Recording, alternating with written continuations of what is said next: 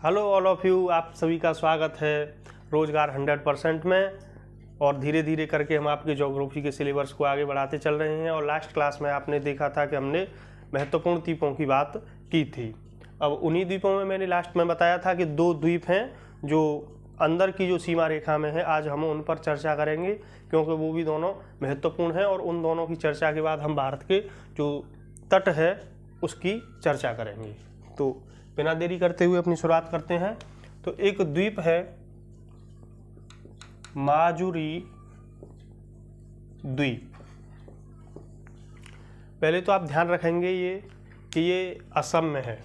ये कहाँ है? असम में है। दूसरा बिंदु इसका ध्यान रखेंगे कि ये समुद्र में न होकर ये नदी में है। तो ये एक नदी द्वीप है। कैसा है? नदी द्वीप है और विश्व का सबसे बड़ा नदी द्वीप है। ये विश्व का सबसे बड़ा नदी द्वीप है। अब किस नदी पर है? तो ब्रह्मपुत्र नदी में। कहाँ है ये? यह ब्रह्मपुत्र नदी में है। बेसिकली ऐसे है, ब्रह्मपुत्र नदी अरुणाचल में जो प्रवेश कर रही है ऐसे करके। तो ये वाला द्वीप ऐसे है अंदर, इधर भी पानी आ रहा है और इधर भी पानी आ रहा है। तो ये नदी द्वीप है जो बिल्कुल अंदर है। तो इसकी बात ध्यान रखेंगे आप। माजुरी द्वीप असम राज्य में है, एक नदी द्वीप है और विश्व का सबसे बड़ा नदी द्वीप है और ये ब्रह्मपुत्र नदी में स्थित है। पहले ये जो माजुरी द्वीप था ये असम के जोरहट जिले में हुआ करता था। किस जिले में? जोरहट जिला। असम में एक जिला है जोरहट जिला, असम राज्य का एक जिला है जोरहट जिला। तो ये जो माजुरी द्वीप है ये जोरहट जिले में हुआ करता था, लेकिन ये एक पर्यटन के दृष्टि से महत्वपूर्ण है। तो असम सरकार ने इस पर्यटन की दृष्टि को देखते हुए और इसका अच्छे से विकास हो सके, इसको नुकसान ज़्यादा न हो, पर्यावरणीय नुकसान क्षति न हो, तो उसकी वजह से अब इसे जिला घोषित कर दिया है। अब इसे असम सरकार ने जिला घोषित कर दिया है। तो असम सरकार ने अब इसे जिला घोषित कर दिया है। तो अब यहाँ से एक सवाल और बन सकता है, ये कंफ्यूज में मत रहना। अब ये जोरहट जिले में नहीं है, अब ये अपने आप में एक जिला है।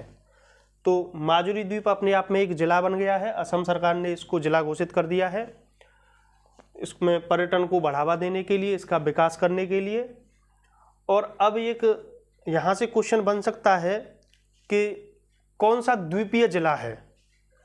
तो एक क्वेश्चन आप बना सकते हैं यहाँ से कि यह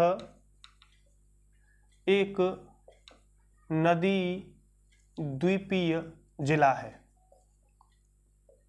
तो एक नदी द्वीपीय जिला भी है। तो माजुरी द्वीप के बारे में इतना ध्यान रखेंगे, ये विश्व का सबसे बड़ा नदी द्वीप है। मैं एक बार फिर से रिपीट किए देता हूँ। तो माजुरी द्वीप असम राज्य में है, एक नदी द्वीप है, विश्व का सबसे बड़ा नदी द्वीप है और यह ब्रह्मपुत्र नदी में है। अब इसे असम सरकार ने एक जिला घोषित कर दिया है। तो माजुरी द्वीप अपने आप में एक जिला है और यह एक नदी द्वीपीय जिला बन गया है। इतनी बातें आप माजुरी द्वीप के बारे में याद रखेंगे। अब एक द्वीप और है महत्वपूर्ण, उसको भी आपको ध्यान रखना है क्योंकि द्वीपों का समूह है, बेसिकली छोटे छोटे द्वीपों का। एक झील है लोकटक झील और ये लोकटक झील है मणिपुर में। लोकटक झील कहाँ है? मणिपुर में। श्रीहरिकोटा द्वीप था पुलिकट में और ये है लोकटक मणिपुर में। तो जैसे मानो कि ये कोई झील है, ये झील है मान लेते हैं, ये लोकटक झील है मणिपुर में। इसी में ये छोटे छोटे टापू हैं इसी झील में निकले हुए हैं, छोटे छोटे टापू। तो इन समूहों को कहा जाता है केबुल नामजाओ। इन द्वीपों के समूह को कहा जाता है केबुल नामजाओ। केबुल नामजाओ। जब इनको देखते हैं हम तो ये ऐसा लगता है कि ये तैर रहे हैं, ये तैर रहे हैं। तो केबुल नामजाओ इन द्वीपों का समूह है, लोकटक झील में है, और ये दिखाई देते हैं कि ये तैरते हुए द्वीप हैं। इनको कहा जाता है तैरते हुए द्वीप। इनको कहा जाता है तैरते हुए द्वीप। इसी नाम पर यहाँ पर एक केबुल नामजाओ राष्ट्रीय उद्यान घोषित किया गया है इस क्षेत्र को। तो एक सवाल बनता है कि केबुल नामजाओ राष्ट्रीय उद्यान कहाँ है। तो आप ध्यान रखेंगे केबुल नामजाओ राष्ट्रीय उद्यान।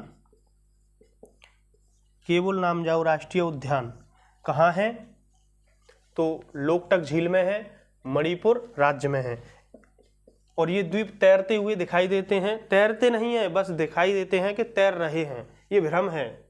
तो केबुल नामजाओ, जैसे भ्रम कैसे होता है, जैसे हम कभी मान लो कि घर में एक बाल्टी है पानी से भरी हुई और उसमें किसी एक सीधी छड़ को अंदर डालें तो वो छड़ सीधी दिखाई न देकर हमको टेढ़ी दिखाई देती है, जबकि वो टेढ़ी होती नहीं है, वो हमारी आंखों को भ्रम रहता है। ऐसे ही भ्रम है ये कि ये द्वीप तैरते नहीं हैं, बस तैरते हुए दिखाई देते हैं कि ये तैर रहे हैं। तो केबुल नामजाओ एक राष्ट्रीय उद्यान है और इसको तैरता हुआ राष्ट्रीय उद्यान कहते हैं। इसे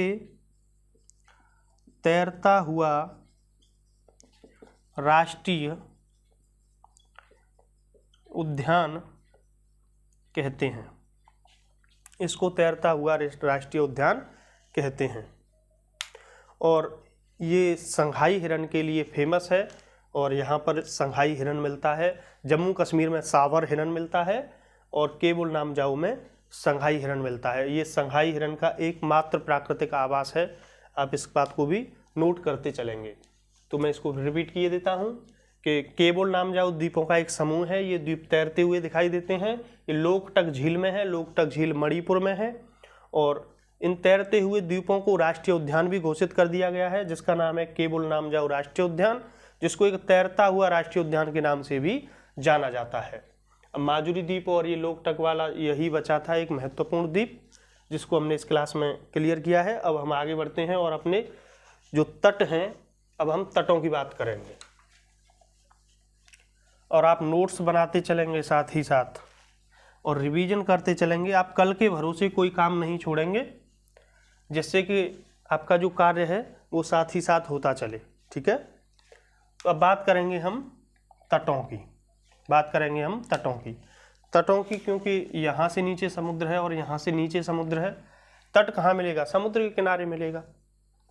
तो आप ये वाला इधर का पूर्वी तट और ये वाला पश्चिमी तट, तो ये वाला कौन सा है? ये वाला कौन सा तट है? ये है पश्चिमी तट,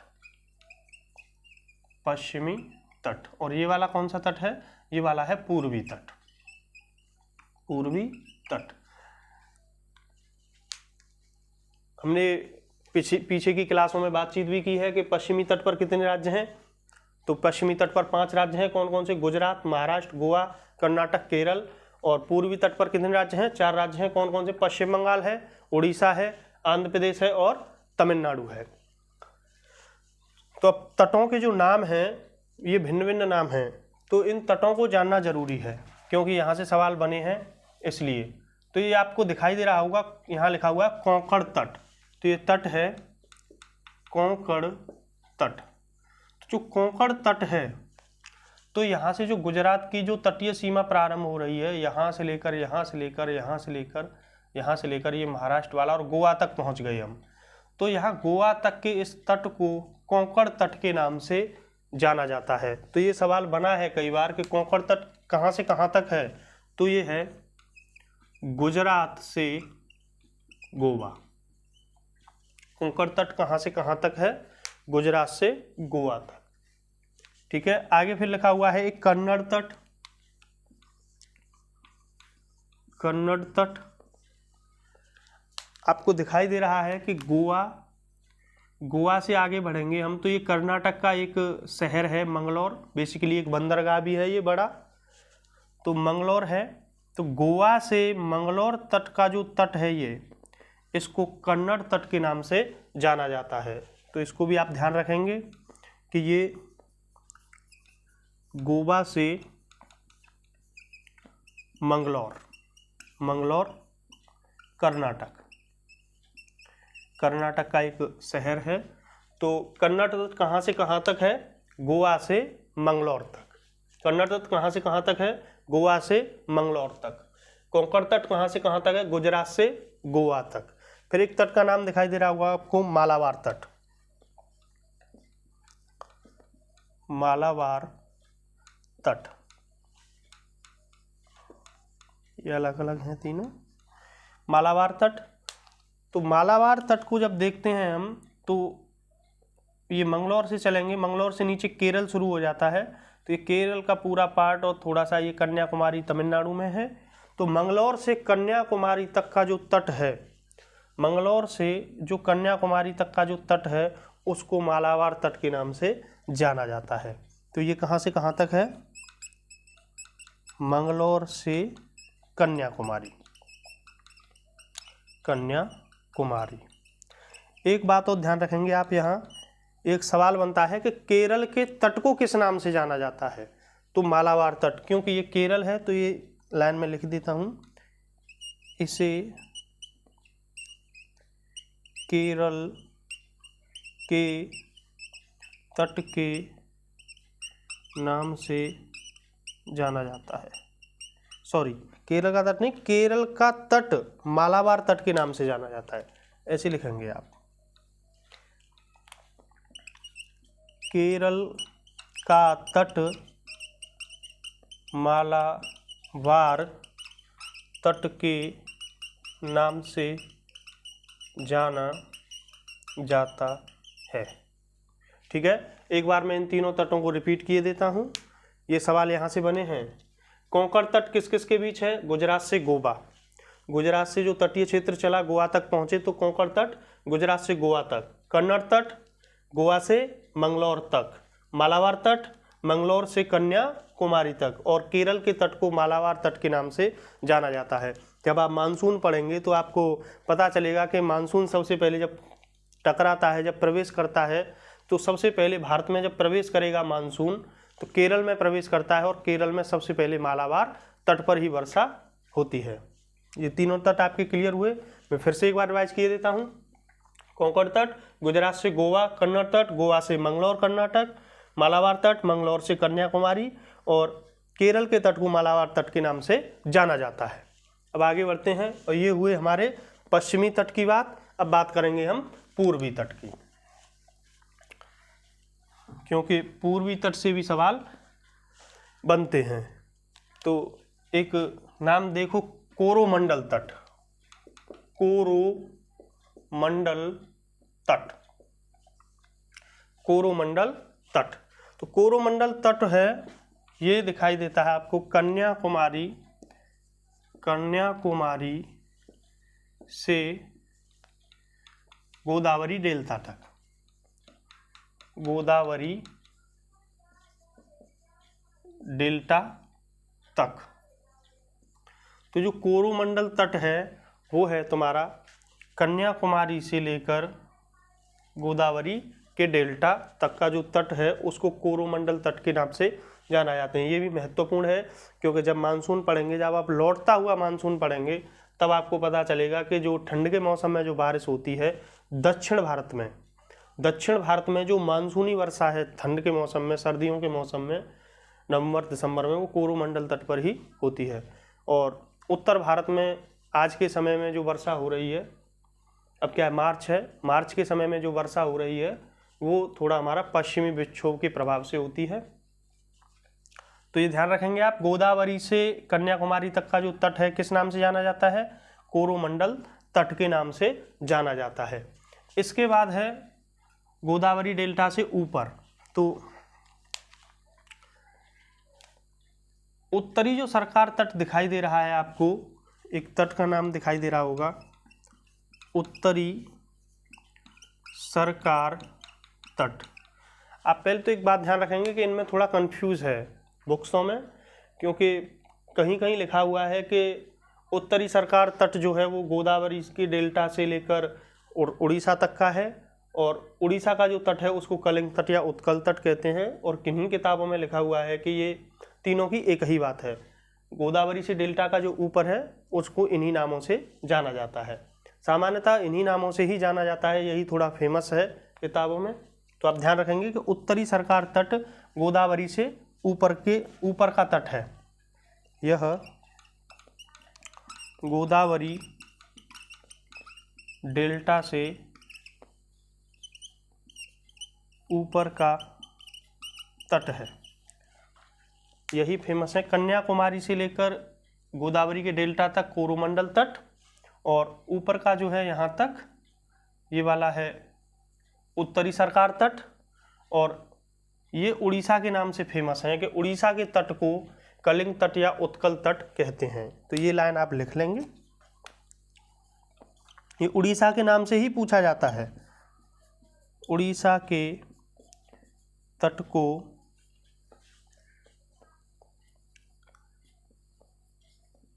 कलिंग तट या उत्कल तट के नाम से जाना जाता है। ठीक है, तो ये हुई हमारे तटों की बात। ठीक है, एक बार मैं फिर से रिवाइज किए देता हूँ। कोंकण तट, गुजरात से लेकर गोवा तक का जो तट है उसको कोंकण तट कहते हैं, और गोवा से मंगलौर तक के तट को कन्नड़ तट कहते हैं, और केरल के तट को मालाबार तट कहते हैं। मंगलौर से कन्याकुमारी तक है।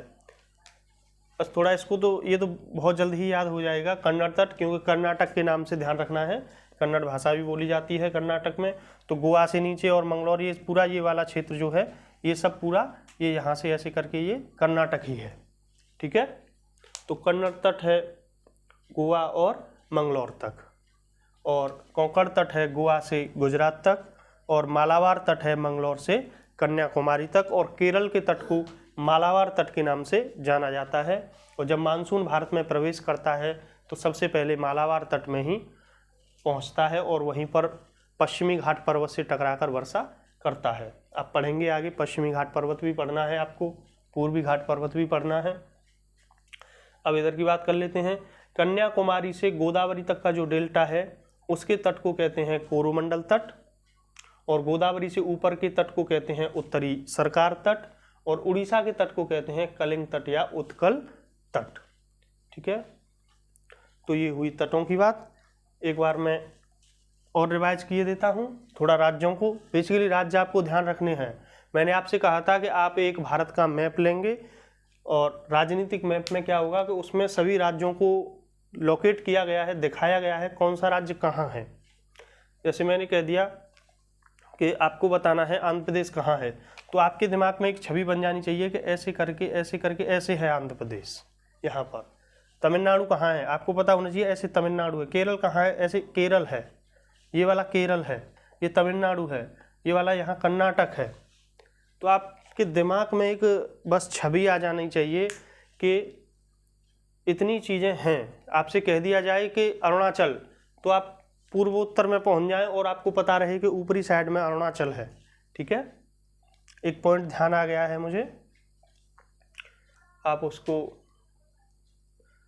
छोड़ो, कोई बात नहीं, इसको आप ध्यान रखेंगे और अपने नोट्स बनाएंगे। साथ ही साथ एक पॉइंट और ध्यान, हाँ सॉरी, उसको समझ लो। ये वाला जो तट है, ये जो तट दिखाई दे रहा है ये पश्चिमी तट है, और ये वाला जो तट है ये जो दिखाई दे रहा है ये पूर्वी तट है। तो एक सवाल बनता है यहाँ से कि पश्चिमी तट अधिक चौड़ा है कि पूर्वी तट।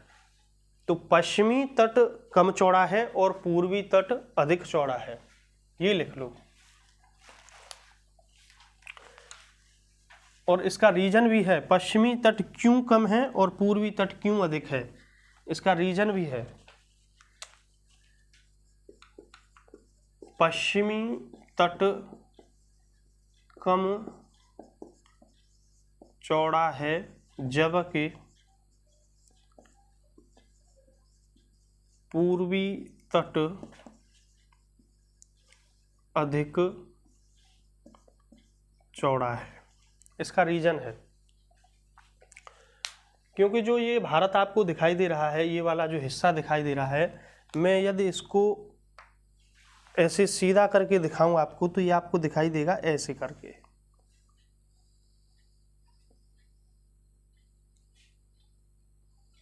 ऐसे करके, ऐसे करके दिखाई देगा। और ये समुद्र है, ये समुद्र है, ये वाला है पश्चिमी घाट पर्वत और ये वाला है पूर्वी घाट पर्वत। मतलब ये वाला जो है ये पश्चिमी घाट पर्वत है ऐसे ऊंचाई में, ये पूर्वी घाट पर्वत है ऐसे करके ऊंचाई में, और ये वाला जो बीच का हिस्सा है ये वाला। तो जब यहाँ से नदियाँ निकलती हैं इस पश्चिमी घाट पर्वत से, तो वो इतनी तीव्र गति से जाती हैं कि जाते ही समुद्र में मिल जाती हैं।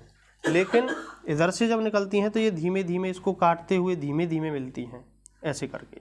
और जब धीमे धीमे मिलेंगी तो धीमे धीमे इनमें बालू ज़्यादा जमा होगी, और जब बालू ज़्यादा जमा होगी, जो नदियाँ अपने साथ मलबा लेकर जा रही हैं, तो वो मलबा यहाँ जमा होता जाएगा, और जब मलबा जमा होता जाएगा तो ये तट चौड़ा हो जाएगा। सामान्य सी बात है कि जब तीव्र गति से जाएगा पानी तो अपने साथ जो बालू है उसको जमने नहीं देगा और मिट्टी को काट ले जाएगा। और जब यहाँ से तो तीव्र गति से निकलती हैं, और तीव्र गति से निकलेंगी तो यहाँ से बालू जो नीचे का जो ज़मीन है उसको काट कर ले जाएगी अपने साथ, और यहाँ हो जाती है धीमी गति। यहाँ धीमी गति हो जाती है तो यहीं पर बालू जम जाती है और जो अवसाद हैं वो जम जाते हैं, इसीलिए ये तट थोड़ा चौड़ा हो गया है। अब जब नदियाँ पढ़ेंगे तो आपको पता चलेगा कि पश्चिमी घाट से निकलने वाली नदियाँ जो अरब सागर में मिलती हैं वो डेल्टा का निर्माण नहीं करती, जबकि पूर्वी घाट पर जो बंगाल की खाड़ी में नदियाँ मिलती हैं वो सभी डेल्टा का निर्माण करती हैं। ठीक है, एक बार मैं फिर से रिवाइज किए देता हूँ इसको, फिर अपनी क्लास को विराम देंगे। कोंकण तट गुजरात से गोवा तक है। कन्नड़ तट गोवा से मंगलौर तक, और मालाबार तट मंगलौर से कन्याकुमारी तक, और कन्याकुमारी से गोदावरी के डेल्टा तक कोरोमंडल, और गोदावरी से ऊपर उत्तरी सरकार तट, और उड़ीसा के तट को कलिंग तट या उत्कल तट के नाम से जाना जाता है। पूर्वी तट अधिक चौड़ा है और पश्चिमी तट कम चौड़ा है। और साथ ही साथ आप क्लासों को रिवाइज करते चलेंगे, नोट्स बनाते चलेंगे, और यदि आपको क्लास पसंद आ रही हो तो क्लास को लाइक करें, शेयर करें और चैनल को सब्सक्राइब करें। धन्यवाद।